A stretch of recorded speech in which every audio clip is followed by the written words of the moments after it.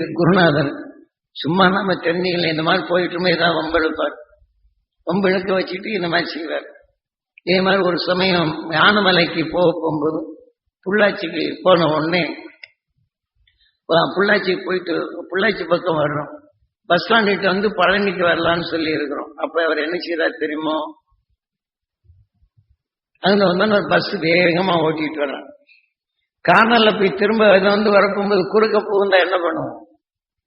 குறுக்க பூந்த உடனே அவன் என்ன செய்தாங்க, ஆனா இவருடைய சக்தியால பிரேக் போட வச்சிடுறாரு. அந்த பிரேக் அவனுக்கும் அதே சமயத்துல பிரேக் போட்டுறான். இங்க வந்த உடனே என்ன செய்யறாங்க, அந்த டிரைவர் கேட்டு அப்படின்னு கொஞ்சம் கெட்ட வார்த்தைகள் சொல்லி அவனை ரொம்ப மாத்தாங்க. நம்ம குருநாதரை திட்டார். ஏன் நீ வயசு பையனா இருக்க, அறிவு சொல்ல வேண்டாம், கிழவனுக்கு தான் புத்தி இல்லை அப்படின்னு என்னையும் சேர்த்து திட்டான். திட்டுறதோட கொச்ச வார்த்தையில ரெண்டு பேருமே திட்டுறாங்க. பாடுறா எப்படி திட்டுறான் பாடுறான் அப்படின்னு சொன்னோம்னா அந்த திட்டும் உணர்வு நாம் செய்தது தப்புன்னு தெரியுது. ஆனா அவன் திட்டும் போது மட்டும் நமக்கு ரோசம் வரும்.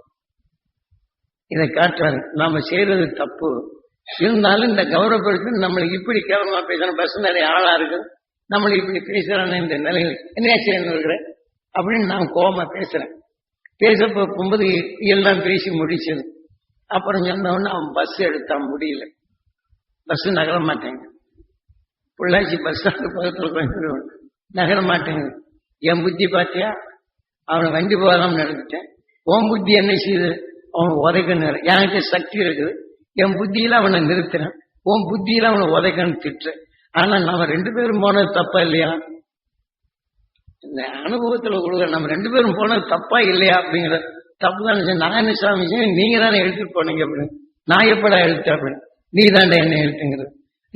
இது மாதிரிக்கு இந்த மாதிரி அந்த உணர்வின் அருவிகளை பேச போகும்போது இந்த உணர்வு கொஞ்ச நேரம் தப்பி போன உடனே அந்த பஸ் ஓடலன்னு சொல்லி சொன்ன உடனே என்ன ஆகி போச்சு, அவன் ஸ்டார்ட் பண்ணி பார்க்கறேன், ஸ்டார்ட் ஆக மாட்டேன். அப்புறம் என்ன செய்ய கொஞ்ச நேரம் வந்து சிரிக்கிறாரு. அவன் பார்த்து திட்டினா போகலை, என் சக்தி இருந்து நிறுத்தி போட்டேன். அதே மாதிரி நீயும் நிறுத்துறியா அப்படின்னு சொல்றாரு. அப்புறம் இதே மாதிரி பண்ண நீ பஸ்ஸுக்கு முன்னாடி போன, அந்த பஸ் நிக்குதா இல்லையான்னு பார்க்கலான்ட்டு. அப்புறம் இதே மாதிரி என்னை போ சொல்றாரு, கட்டாய பற்றி தள்ளுறாரு. அடுத்த பஸ் கிட்ட போனா அது நின்று போச்சு, அதுவும் ஸ்டார்ட் ஆகல. என்னை சொல்லி ஸ்டார்ட் ஆகாம பண்ணி வச்சுட்டாரு.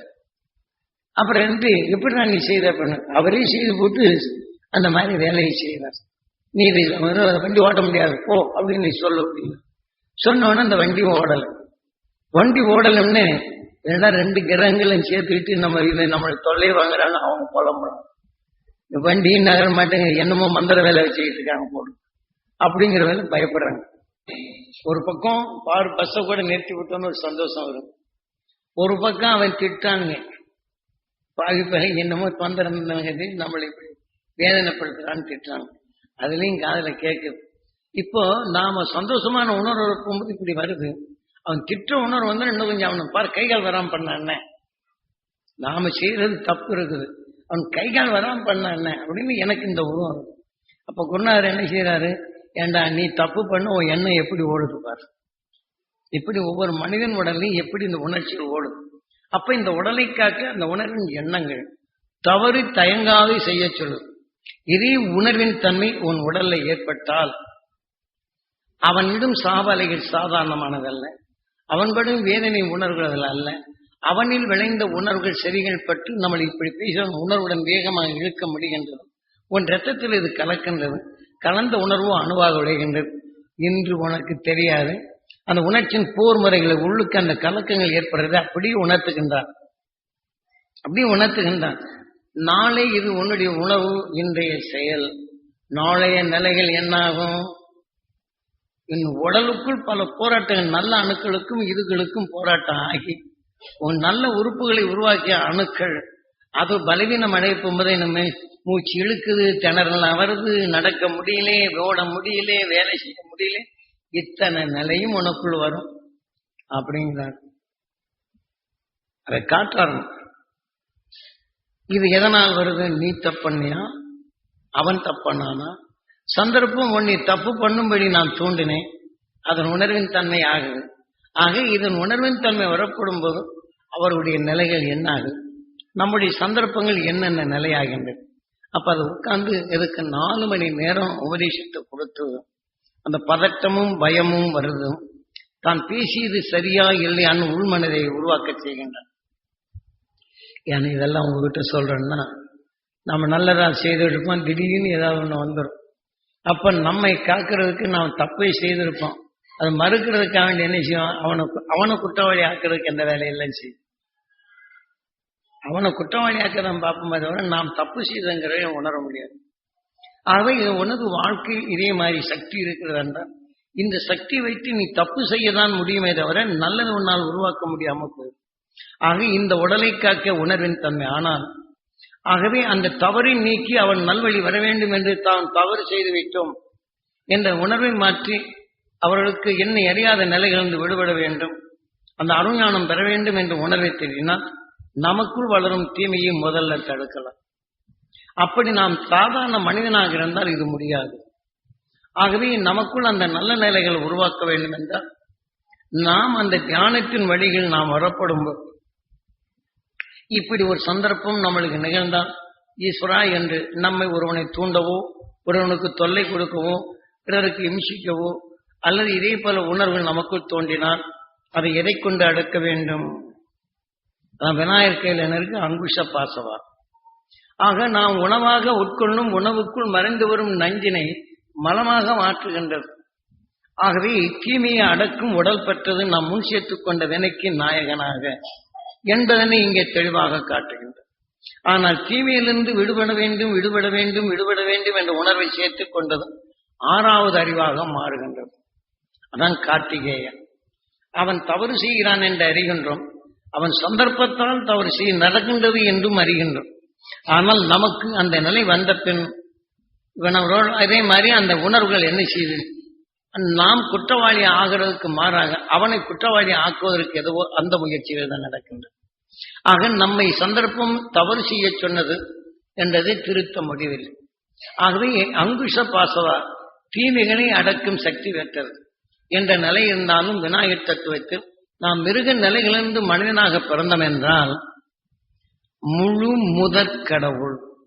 மிருகங்களால் உணர்வின் தன்மை கொண்டு நுகர்ந்த உணர்வு கொண்டு பரிணாம வளர்ச்சி அடைந்தது. ஆனால் மனிதன் தீமை என்ற உணர்வுகள் அகற்றி தீமையை நீக்கி உணர்வு பெற்ற உடல் பெற்றவன். ஆக தீமை என்ற உணர்வுகளை அதிலிருந்து நீக்கி நம்ம எத்தனை நூல்களை படிக்கிறோம், எத்தனை காவியங்கள் விவேகானந்தர் இருந்து ஞானிகள் பெற்ற உணர்வுகள் இருந்து ஆக மகான்கள் காட்டிய உணர்வுகள் நாம் படித்தறிந்துள்ளோம். அறிந்திருந்தாலும் படித்தது மட்டும் நாம் என்ன செய்கிறோம், இன்னும் கொஞ்சம் தவறுகளை எப்படி செய்ய வேண்டும் என்று சிந்தனை கூட்டுகின்றமே தவிர தவறிலிருந்து மீட்ட வேண்டும் என்று இந்த ஞானம் வருவதில்லை. தான் படித்து கொண்டோம் தெரிந்து கொண்டோம் என்ற இந்த ஞானத்தை தான் நமக்குள் வளர்க்க முடிகின்றதை தவிர நாம் தவறு என்ற நிலையில் நம்மளிருந்து நீக்குவதற்கு மாறாக அவனை குற்றவாளியாக்கும் உணர்வுடன் தான் நாம் கலந்து கொள்கின்றோம். அல்ல, இப்ப நான் உங்களுக்கு ஒரு உதவி செய்கிறேன் என்று வைத்துக் கொள்வோம். அப்ப நான் சொன்னபடியெல்லாம் நீங்க கேட்பீங்க. ஆக நான் தப்பு செய்கிறேன் என்று நீங்க என்னை சொன்னீங்கன்னா என்ன செய்யுது, என்ன நினைச்சு என்ன இவர் என்னை குற்றவாளியாக சொல்றாரு அப்படின்னு சொல்லிட்டு நான் முதல் உதவி செய்த நன்றி கேட்டவன் இப்ப எனக்கே துரோகம் செய்யலாம் பாரு. ஆனால் நான் செய்த தப்பை நான் உணர முடியவில்லை. ஆகவே இதே போல நம் உணர்வுகள் நாம் நன்மை செய்தான் என்றால் மறுபடியும் தன்னை அறியாமலேயே தீமைகளை அது பாலில் பாலாமை போட்டாலும் விஷத்தை போட்டால் எப்படியோ இதை போன்ற உணர்வுகள் தான் நமக்குள் தோன்றுகின்றதை தவிர நம்மை அறியாம சந்தர்ப்பங்கள் தவறு செய்கின்றது. அதை நீக்க வேண்டும் அல்லவா? ஆகவே இதை நீக்கியவன் யாரு? அகசியன். தாய் கருவிலை பிறப்பும்போது விஷத்தை அடக்கி பழகியவன், விஷத்தை ஒடுக்கி பழகியவன், விஷத்தின் இயக்கத்தை அறிந்தவன். அதனால்தான் அவன் அகசியன் என்று காரணத்தை வைத்து. ஆகவே இதை போல நாமும் அவன் அடக்கிய உணர்கொண்டு விஷயத்தை ஒடுக்கும் சக்தி தாய் கருவிலை பெற்றதுனா அவன் தாய்க்குள் பெற்ற உணர்வின் ஊழ் வினை என்ற வினைகள் அதிகமானது. அந்த பூர்வ புண்ணியம் அவன் வலிமையான நிலைகள் பெறுகின்றான். அந்த வலிமை பெற்று தீமையை நீக்கும் உணர்வும் உபாயங்களையும் அறிகின்றான். ஒரு தாமரை இனத்தின் உணர்வின் உணர்ச்சிகளை அறிகின்றான். அறிந்து கொண்ட உணர்வின் தன்மை கொண்டால் ஆக மின் இயக்கங்கள் எப்படி மற்றதோடு ஊடுருவி அது இயக்குகின்றது. ஒரு நட்சத்திரங்கள் எப்படி ஒன்றோடு ஒன்று மோதும் போது மின் கதிர்களாக மாறுகின்றது. ஆக பலவிதமான இதில் உள்ள நச்சுத்தன்மைகள் வெப்பமானத்தில் அதன் உணர்வுகள் எப்படி பரவுகின்றது. அந்த பறவை நிலைகளிலிருந்து மற்ற கோள்கள் எதை உணவாக எடுத்துக்கொண்டதோ அதன் உணர்வு மட்டும் பிரித்து எடுத்துக் கொள்கின்றது. நாம் இப்ப காற்று மண்டலத்தில் நாம் எடுத்துக்கொண்ட உணர்வு பலவாக பரவிய பின் செடி கொடி இதிலிருந்து வெளிவரைய சூரிய அது வெளிப்படும் உணர்வுகளை சூரியன் எப்படி கவர்ந்து அந்த அலைகளாக மாற்றி விடுகின்றது. ஆனால் எந்தெந்த செடியில் எந்தெந்த வித்து முளைத்ததோ அதை நிலத்தில் ஊன்றிய பின் காற்றுக்குள் கலந்துள்ள இருப்பினும் அதன் உணர்வுகளை இது நுகர்கின்றது. காற்றுக்குள் கலந்திருப்பினும் ஒரு செடி வீரியமான உணர்வு பெற்றிருந்தால் இந்த சாந்தமான உணர்வுக்குள் இதை நகைச்சி செய்து நமக்குள் இந்த காற்றுன்னு சொல்றமே தென்றல் காற்று. இதை போன்ற மற்ற அணுக்களின் தன்மை வரும்போது இதை கண்டு அஞ்சி ஓடுவதும் நல்ல அணுக்கள் நிலைகள் சுவாசிக்கும் போது ஒரு தென்றல் காற்று ஒரு மகிழ்ச்சி வருகின்றது. இது இந்த இயக்கம் இருந்து கொண்டுதான் இருக்கின்றது இந்த இயற்கை நிலைகளில் என்பதனை குருநாதர் இதை தெளிவாக உணர்த்துகின்றார். இந்த இயற்கை செயலாக்கங்கள் எப்படி இருக்கின்றது இதை அறிந்தவன் அகசியன். அவன் அருள்வழியில் இருளை அகற்றியவன். ஆக இருளை அகற்றி பேரொளி என்ற உணர்வின் தன்மை ஒளியாக்கியவன் ஒளியின் சரீரமாக இருக்கின்றான். மனிதன் இந்த உயிர் பல வகையிலும் இதை எது சேர்த்துக் கொண்டானோ அதன் உணர்வில் சந்தர்ப்பத்தால் தீமையை நீக்கும் உணர்வில் உயிருடன் ஒன்று ஒளியின் சரீரமாக மாறுகின்றது. எல்லாமே சந்தர்ப்பம்தான். இந்த சந்தர்ப்பத்தில் உருவாக்கப்படும் போது இது ஏன் சூரியனிலிருந்து வரக்கூடிய உணர்வுகள் மற்ற தாவர இனங்கள் எடுத்துக்கொண்டால் ஒரு விஷச்செடியின் உணர்வை வரும்போது ஒரு சாந்தமான செடியின் தந்தை கண்டப்பின் இது அஞ்சி ஓடுகின்றது.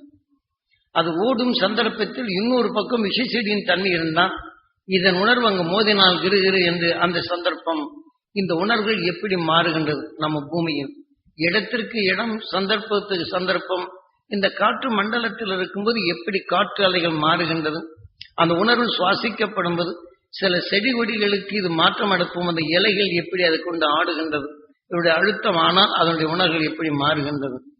ஆகவே இறை சமயத்தில் அந்த ரகத்தில் மனிதன் நுகர்ந்தான் திடீரென்று இனம் புரியாத சூறுகள் எப்படி ஏற்படுகின்றது, அவனுக்குள் சிந்தனைகள் எப்படி மாறுபடுகின்றது என்பதனை இப்படி காற்றலைகள் வரப்படும் போதெல்லாம் குருநாதர் அங்கே நிற்க செய்து இதன் உணர்வுகள் எப்படி உன்னை இயக்குகின்ற நீயா நுகர்ந்த உணர்வா, அந்த உணர்வை இயக்குவது யார் நமது உயிரை.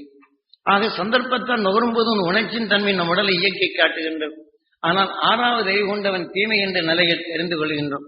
அந்த தீமையை நீக்கிய உணர்வு நமக்குள் பதிவு செய்து கொண்டால் அந்த தீமையை உள்புகாது தடுக்கும் வலு உனக்குள் வருகின்றதா இல்லையா என்று இப்ப இந்த பஸ்ல போனதுல இருந்து இதெல்லாம் வரிசைப்படுத்தி காட்டுகின்றார்.